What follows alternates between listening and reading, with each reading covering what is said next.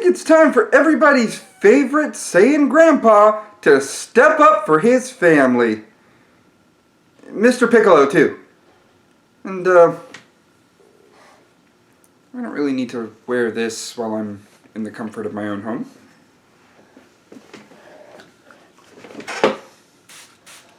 Disinfected.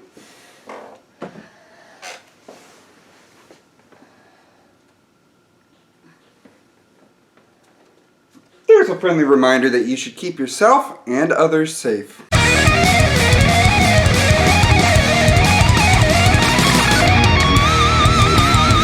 What's up everybody, StevDez here, and welcome to another edition of Dragon Ball Days. Let's get right into the recap because there's actually a lot to cover in this one. Previously, Majin Vegeta gathered the powers of Goten, Trunks, and Piccolo and blasted Majin Buu away. However, this left the Majin insignia on his head. Therefore, Majin Vegeta is part of the scenario from now on. Majin Vegeta's involvement in the scenario has left Vegeta and Trunks off planet, Namek enslaved, planet Vegeta and all of its inhabitants back, as well as Bardock and Guinea going to Earth, only to discover that Goku's grown up. This also means that the Super Saiyan God ritual had to be different this time around. However, that didn't stop Vegeta from getting his revenge on Goku, as he used the Earth Dragon Balls, much like Frieza did in his special, in order to resurrect Goku for a rematch. Not only that, but the Earth crew were surprised to learn that there was an elite sect, headed by Trunks, of Saiyans who were deemed worthy enough to become Super Saiyans. Not only that, but Trunks spilled the beans to Vegeta about how the Super Saiyan God ritual happened, so even though Majin Vegeta is not in this scenario, he was able to turn into a Super Saiyan God. In fact, surpass Kakarot. However, he was bested by Gohan, who, thanks to Vidal's understanding, had actually kept training with his dad because Majin Vegeta was a very, very real threat. However, his gains, Majin Vegeta was bested and had to be rushed to a medical pod immediately because his wounds were great. Believe it or not, this doesn't make discontent among his people. This just shows his people that strong Saiyans are out there. People that can threaten the Empire is out there, and they need a lot of Saiyans on deck to be sure that their defense is just as good as their offense. Vegeta's a natural-born leader. I'm sure he can work around that defeat. And so we reconvene where Gohan and Goku are training with Whis, and sure enough, a certain fat cat makes the scene. The Universe 6 tournament would be proposed, and I believe Gohan would in fact say something about a written test, but it isn't to, how did Vegeta put it, weed out the morons? It's more along the lines of, he just wants everybody to be on the same level and for a sense of community about this. It's going to be a fun tournament, one way or the other. And so, Goku and Gohan are tasked with getting the other 3 members of Universe 7's team. Notice I said 3 members. No Monaka here. The reason why Beerus wouldn't go to Monaka is because in Universe 7, we have Majin Vegeta, who won't really be in this part, that's why he was left out of the thumbnail, but because Majin Vegeta is there to offer a challenge to Goku, that means that Monaka doesn't even have to come into the equation. And so Gohan and Goku immediately think Mr. Piccolo would want to join. He's a good fighter. Yeah, let's get Piccolo to join the team. Sure enough, they would approach Piccolo, but they would sense another powerful key. This isn't Goten, but he definitely feels like a Super Saiyan. It's Bardock. In his off time, he takes the time in order to train with Piccolo and be sure that he's not rusty, even though he's at the prime of his youth, technically. He's not rusty. Being called Grandpa kinda gets that in your head. With Grandpa Bardock training with Piccolo, Gohan immediately knows who the 4th person on the team should be if he wants to join. Sure enough, Bardock's in, but Piccolo has doubts, much like in Super. He knows there's a couple of fighters more powerful than he is, and he doesn't feel like he should be weighing down the team very much. But Goku and Gohan reassure him if they find someone else that wants to join, since there's no Majin Buu in this timeline, they'll make sure to contact him. Well, what about Goten? Goten? The kid showed promise after what Trunks did. You know well that he's achieved Super Saiyan 2. It's not an easy feat for a child his age. You were double his age when you accomplished that feat, Gohan. Gohan ponders this and thinks about Goten's mental aptitude. Goten would be a solid fighter, but it's getting through the written portion that has him curious. And then he remembers Goten's got the same haircut as Goku, and then pieces together from there that Goku might need some education too. Goku, however, he's happy to just go along with it. He doesn't think the written exam is going to be that bad, but Gohan's cautious about it. While Goku is explaining it to Goten, Gohan is explaining it to Chi-Chi. And also getting Chi-Chi to do something. Gohan is in fact worried about the test that he proposed, so he needs to be sure that Goku at least has a basic understanding of some things. Therefore, before the tournament starts, Goten and Goku get a crash course in learning. He does meet 18 and talk with her about it, but she respectfully declines. She's not much of a fighter anymore. Plus, honestly, this isn't going to change a whole lot. 18 explains that he's got a full-time job, so Gohan doesn't want to tear him from that. He's got his family, let him be. He then thinks about Tien Shinhan. He's a good warrior. Well, Tien Shinhan pretty much gives the answer like he would have given Goku. Surely there's more powerful fighters. He goes to the lookout to talk it over with Dende some, and Dende looks at the planet, tries to discern some power levels that might be bigger, and he keeps coming to Piccolo. So, Gohan has no problem accepting this to be the norm. Gohan approaches Piccolo and explains that 18 turned him down, Krillin turned him down, Tien Shinhan turned him down, and he wasn't even gonna ask Yamcha.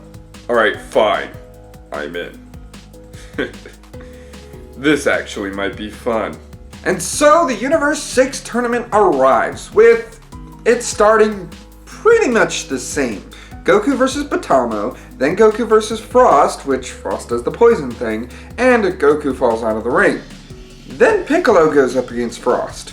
The same thing pretty much happens. The main difference is Jocko isn't backed up by Vegeta.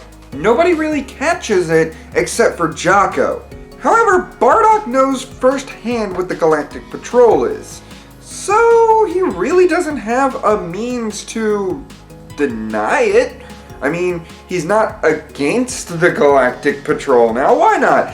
He'll back up Jocko on this claim, purely because he doesn't trust what Frost is. Kind of looks like Frieza. I'm not doing the scream, move on. And so, Frost is caught out, and that's when Bardock stands up and tells Piccolo, I want a shot at him. Bardock has some unfinished business with Frieza, so why wouldn't he take the opportunity to beat someone that's essentially like Frieza, who just admitted to being a space pirate? Yeah, Bardock's gonna get his just desserts. Full power Super Saiyan Bardock is just enough to take out Frost and knock him from the ring. In fact, Bardock doesn't stop there. He grabs Frost before Frost falls off the ring and tosses him back in the ring, brutally. This shocks some of the members of Team Universe 7, but Bardock is just marching with death in his eyes. You don't know it, but someone just like you took everything from me. My wife, my planet, my home. Now, I finally get the opportunity to beat some sense into a member of your race. I'm not going to waste it. And I'm not going to stop until you're almost dead. So you know the pain that you've brought onto so many people! Who are you talking about? He was an emperor like you were. He was an emperor, a tyrant, someone who doesn't deserve to be told. But his name... Alright, fine. I'll do the scream. Was Frieza! That's when Bardock does a combo, launches Frost into the air, and with a final spirit cannon, blasts Frost up high against the barrier of the arena, letting go and letting him fall unconscious at Bardock's feet. Here, we get Bardock versus Cabba, and they start in normal form. No Super Saiyan required. After they've been fighting for a while, both of them panting and enjoying themselves, Bardock then stands tall. Alright, let's take this up a notch, shall we? Bardock turns Super Saiyan, and that's when he discovers that Cabba doesn't know how to turn Super Saiyan. Their histories are very different. According to a talk with Whis on the way, Bardock understands that their universes can't be that different. Maybe he just hasn't tried hard enough. And so, training begins in the middle of this fight, when it comes down to getting Cabba to turn Super Saiyan. And Bardock is kind of a brutish warrior. He doesn't mind throwing some of the insults that Vegeta used in order to get a rise out of Cabba. The difference is, at the end of this fight, Cabba and Bardock are Super Saiyan, but not for long. Bardock still wants a good fight out of Cabba, so when he drops the Super Saiyan form, so does Bardock. That's the way. Don't forget that rage now. And don't forget who taught you. Right. Thanks, Mr. Bardock. I'm gonna be just like you. You think I got this powerful for wanting to be just like my son or my grandsons? I got this powerful by striving to be the very strongest. And that's what you should do, kid. You got the spirit in you. You got the moxie. And next time I see ya, I want to see a full-powered Super Saiyan out of you. Right. Don't you worry. I'll beat you next time. Good thing you know what's gonna happen now. Bardock turns Super Saiyan and relentlessly kicks Cabba out of the ring, but this was a result everybody saw coming since Cabba's only grade 1 Super Saiyan at this point. And so the tournament continues with Bardock versus Vegeta, and Bardock loses. Honestly, even if he's endured a lot in his travels, gone to planets with way different gravity or temperatures, stuff like that, it's a matter of when it comes down to Bardock's brutality, he thinks he can just break the machine. Not the case. However, seeing this strategy play out in which Bardock fails because of getting dehydrated and passing out, Goten is smart enough to see this strategy for what it is. Goten is up next, heading out against Vegeta and seeing clear areas where he can catch a breath and continue the fight, all while forming whatever strategy he can. He is a smart little cookie, and he does know to attract Vegeta to an edge so that he can blow it up, effectively making the big metal man fall out of the ring, because there is no ring underneath him. Goten does start Super Saiyan for this encounter, but he does turn into a Super Saiyan 2 when it comes down to destroying the ring, showing the power difference of the two forms. After that, it's all downhill from there. Goten versus Hit, Gohan versus Hit, then Goku versus Hit. So does this mean Universe 6 wins? Here's the thing. According to my knowledge of the situation, Manaka's punch was faked by Hit. Hit has no concern with wanting Universe 7's Earth in Universe 6. Therefore, with the added training and mastered blue under Gohan's belt, Goku would be a bit more powerful here and a bit faster. Not only that, but we'd have two whole fighters to look at Hit's time displacement in order for Goku to really come up with a plan. We first have Goten, in which Hit's just taking it easy on the kid, messing with him until he gets angry and then ends up getting thrown out of the ring. Then against Gohan, he does take a hit or two. But ultimately, if you're not Goku, you're not fast enough to keep up with Hit. This is where Goku's Kaioken Blue comes in and ends up giving Hit a run for his money. Goku is quite a lot more powerful in this timeline. Not only because he lost against Majin Vegeta, but he has Majin Vegeta to strive against.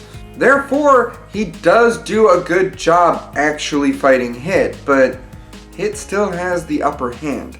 And he makes that abundantly clear when halfway through the Kaioken Blue, Hit tells Goku he's done with this. One punch, that's what's gonna decide it. Hit makes it look good as he charges in, meets fists with Goku, and ends up throwing himself out of the ring, effectively making Universe 7 win this tournament. The rest of proceedings continue as they were, but we do have to look forward to a black arc. Until then, this is where it's going to end for right now.